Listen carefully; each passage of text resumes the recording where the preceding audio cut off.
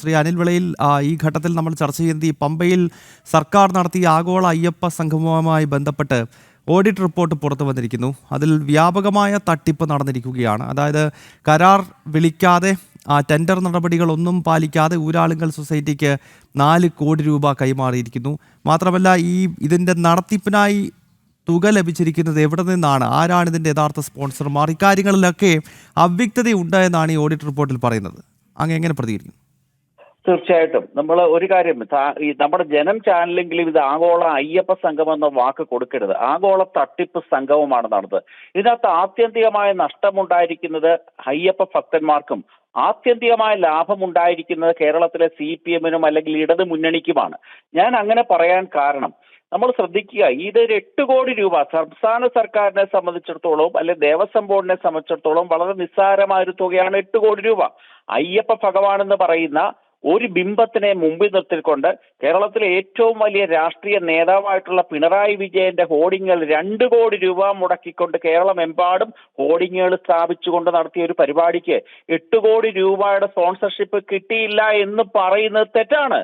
80 കോടി രൂപയെങ്കിലും ഇതിന്റെ പിറകില് ഈ സ്പോൺസർമാരിൽ നിന്നും പേരും നാളും ഊരും പേരുമില്ലാത്ത സ്പോൺസർമാരിൽ നിന്ന് ഇവർ പിരിച്ചു കാണും. നമ്മൾ അന്നത്തെ അതിന്റെ സ്വാഗത സംഘം ഒന്ന് നോക്കൂ. ഓരോന്നിനും ഓരോരോ മന്ത്രിമാരെയാണ് ചുമതലപ്പെടുത്തിയിരുന്നത്. ഓരോ മന്ത്രിമാർ, സ്പോൺസർഷിപ്പിന് ഒരു മന്ത്രി, ട്രാൻസ്പോർട്ടിന് ഒരു മന്ത്രി, അക്കോമഡേഷന് ഒരു മന്ത്രി, ഇത്രയും മന്ത്രിമാര് ചേർന്നുകൊണ്ടും ദേവസ്വം ബോർഡ് ചേർന്നുകൊണ്ടും എന്തുകൊണ്ട് 8 കോടി രൂപ സംഘടിപ്പിച്ചില്ല? തെറ്റാണത്. 80 കോടി രൂപ സംഘടിപ്പിച്ചു കാണും. നമ്മൾ നോക്കണം, കുമരകത്ത് കള്ള് കുടിക്കാനും കരിമീൻ കഴിക്കാനും 35 ലക്ഷം രൂപ ചെലവഴിച്ചു. GST ബില്ലില്ല. ഹിന്ദുവിന്റെ പണം ഉപയോഗിച്ചുകൊണ്ട് കള്ള് കുടിച്ചതിന് ശേഷം കരിമീൻ കഴിച്ച് അയ്യപ്പ സംഗമം നടത്തുക എന്ന് പറയുന്ന ധാർഷ്ട്യം ഇവിടുത്തെ ഹിന്ദുവിന്റെ മണ്ടയ്ക്ക് കയറുന്നതിന്റെ ഭാഗമാണ്. അത് നമുക്ക് സമ്മതിച്ചു കൊടുക്കാൻ ഒക്കുന്ന ഒരു കാര്യമല്ല. ഇത് സത്യസന്ധമായി പറയുകയാണെങ്കിൽ അയ്യപ്പ ഭഗവാൻ ഓരോ ദിവസവും പുറത്തു കൊണ്ടുവരുന്ന കള്ളത്തരങ്ങളുടെ മാലപ്പടക്കം പോലെയുള്ള ലിസ്റ്റാണ് ഈ വന്നുകൊണ്ടിരിക്കുന്നത്. ഇത് ഊരാളുങ്കൽ സൊസൈറ്റിക്കും കേരളത്തിലെ CPM-നും പണം ഉണ്ടാക്കാൻ വേണ്ടി സംഘടിപ്പിച്ച ആഗോള തട്ടിപ്പ് സംഗമമായിരുന്നു ശബരിമലയിലെ പമ്പയിൽ നടന്നത്.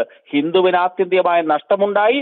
CPM-നും ഇവിടുത്തെ മന്ത്രിമാർക്കും ദേവസ്വം ബോർഡ് പ്രശാന്ത് ഉൾപ്പെടെയുള്ള ദേവസ്വം ബോർഡ് അംഗങ്ങൾക്കും കോടിക്കണക്കിന് രൂപയുടെ ലാഭം ഇതുമൂലം ഉണ്ടായിട്ടുണ്ട്. നമ്മൾ ഒരിക്കലും നഷ്ടമെന്ന് പറയരുത്. ഇത് നഷ്ടമല്ല.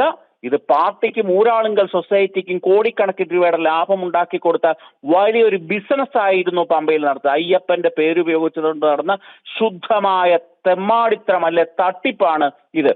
ഞാനത് ഒന്നുകൂടെ സൂചിപ്പിക്കുകയാണ്. ഇത് നഷ്ടമല്ല, ലാഭമായിരുന്നു പാർട്ടിക്കും ഊരാളുങ്കൽ സൊസൈറ്റിക്കും. ഓക്കെ.